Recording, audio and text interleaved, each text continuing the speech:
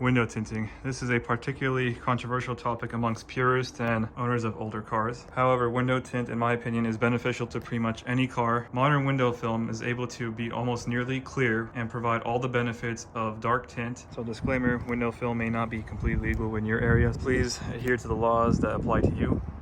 But this is just general advice for window film. So it used to be many years ago, when probably this car was new, that window film really wasn't that super effective in blocking out heat. And generally back then, the darker the film, the more light it blocked out, so therefore the more heat. However, new films with ceramic and other properties are able to block out high amounts of UV and a lot of heat as well. In fact, on this 1994 E320, we will see that the windows look pretty much clear. However, they are tinted and there is a slight blue hue to them. I got this particular film to replicate the blue windows that Mercedes used to use in the 2000s. So this is a very OEM look. And in fact, this is 70%. You could go even clearer than this, so it's even less noticeable. So this film is 70% and it is ceramic. And this film is rated at a higher heat rejection rating than the dark film on this 2002 E430. So this particular film is the Wincos 70%. And this is one of the few films I was able to find that had that blue hue to it. So this looks nearly like the factory windows in the early 2000s Mercedes cars. In my experience, I've seen people debate online about window tint and how it looks tacky on these cars, but I disagree. I think with the right interior color and the right shade of film, it will look good on any car, especially if you get good installation. You could go even clearer than this, and this is pretty clear. It has about a 75% of light transmission rate.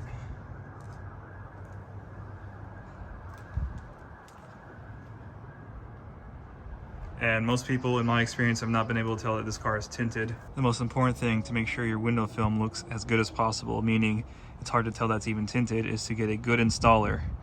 So you want pretty much as little edges as possible. So we'll see on this one, it's really good. In fact, when I first got it tinted, so the more you roll your windows up and down, the more the film will start peeling at the corners. So that's the only visible mark I have on this film. But other than that, there are zero edges all around.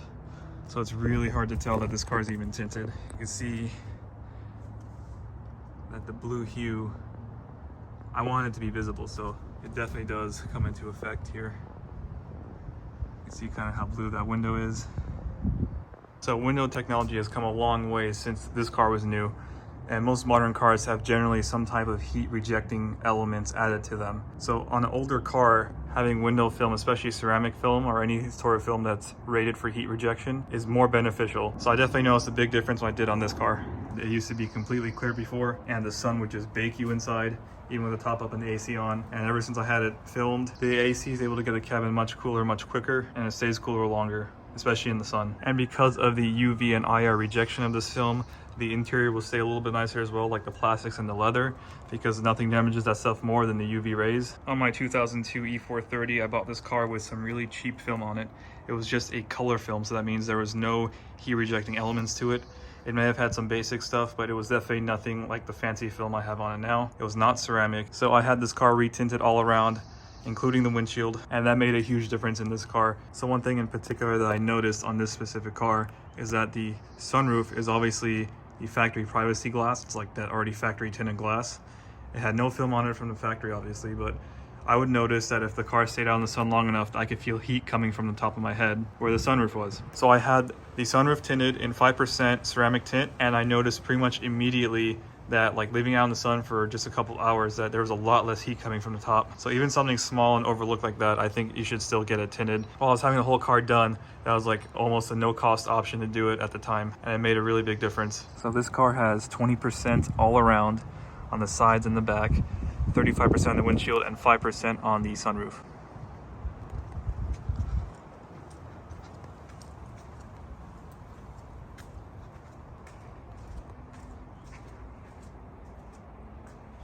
So on this car, because the car was black and had a dark interior, I felt that doing a dark film would look really good on the windows, and in my opinion it does. Some people may not like it on this car, but I personally do. And it may seem really dark, but honestly it's not that bad, especially during the daytime. At night it takes a little getting used to, but it's really not that bad. So from the inside, we can see everything just fine.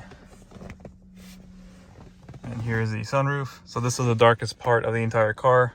So this is the 5% ceramic tint over the factory dyed glass. So this glass was already kind of dark from the factory, but it seriously makes a huge difference.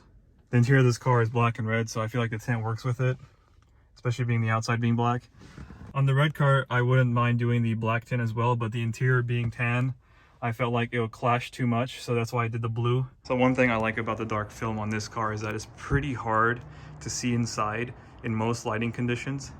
So you get a little bit more privacy, which is nice, but it's still very easy to see from the inside out. So we'll see, it's pretty hard to see the inside from here. But if you get the lighting at the right angle and the right amount of light, you can still see the inside. So we'll see the front being 35% is actually fairly easy to see inside of. And this is the 20 on the sides, still easy to see out of. It gets darker towards the back because there's less light coming in from the back.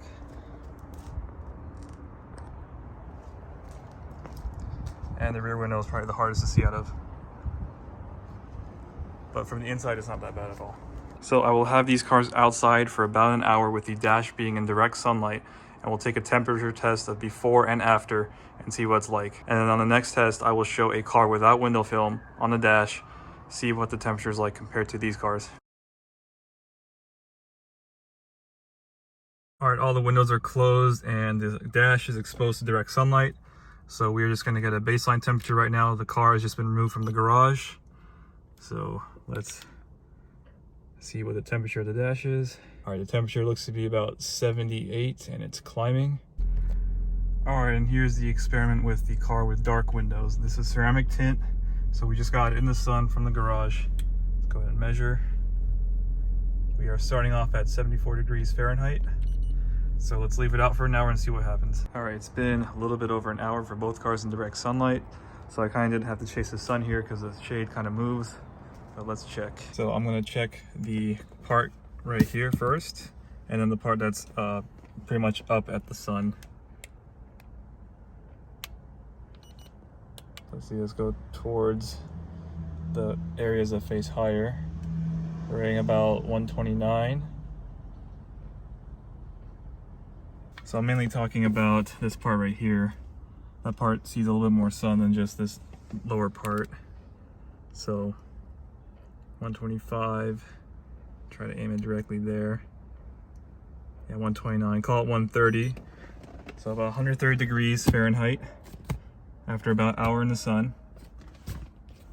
It's pretty warm to the touch. It's not too hot though. All right, now let's check the dark tint.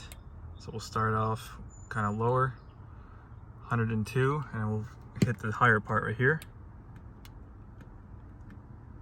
118, 120, 125.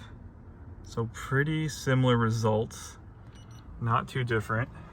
Just a little bit lower. So I tried to do these on cars that are pretty close in era, so I don't think there's too much development in glass between that 1994 E320 and this 2002 E430. So I think one of the biggest differences, that being a cabriolet, it just lets in a little bit more heat. Overall in the cabin, there's less insulation than the car with a roof. So the next test I'm going to show is a car without window film from the same era.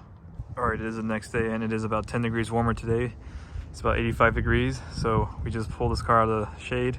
We're gonna leave it in the sun for about an hour and see what the temperature is like. All right, let's get a initial temperature. 97. So we'll leave it here for about an hour and then come back and see where it's at. So here we have a 1990 190E. So this has pretty much the same glass as that car. It is a factory piece of glass and it is untinted in the windshield.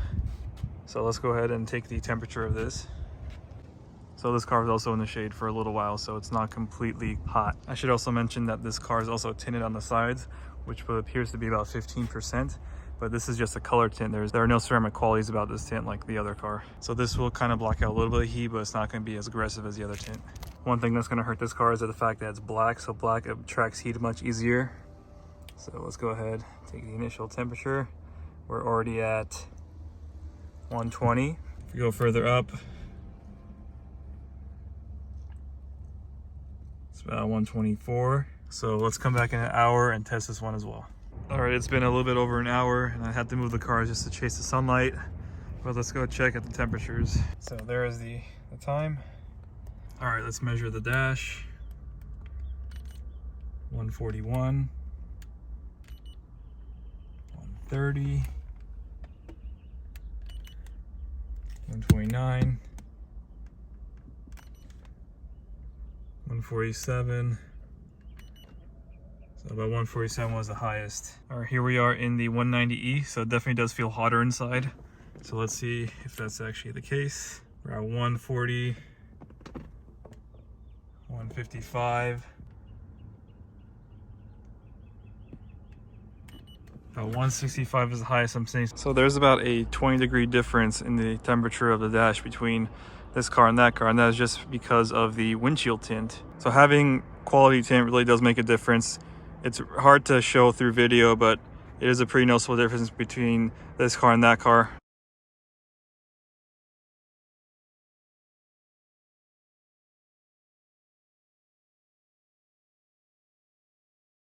So having ceramic tint, in my opinion, does make a pretty big difference.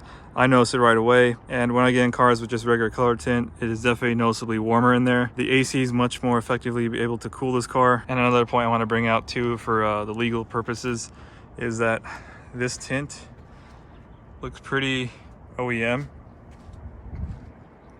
So more likely than not, you won't have any issues with law enforcement. Whereas you go with a darker tint that is kind of more noticeable than this. So just FYI, I've never had issues with this car, but I never had issues with my other car either, but it's just luck, I guess. In my opinion, it is definitely worth doing the tint though, because it is able to preserve the interior leather and plastic a little bit more, and just the actual comfort of the car, being able to be in on a hot day with the AC on, it's much more enjoyable to be in. And also from a looks factor, I do dig the blue and even the dark tint on certain cars. And if this does not suit your taste, you can even get a clearer film than this, but for me this is perfect. So if anyone is interested in the blue film, it is the Wincos 70% tint. That is the brand Wincos, W-I-N-C-O-S. And the black tint I use on my 210 is the Madico brand tint, and that was 20% all around with 35 on the windshield. So if you have any questions, please feel free to leave them below. Thank you for watching.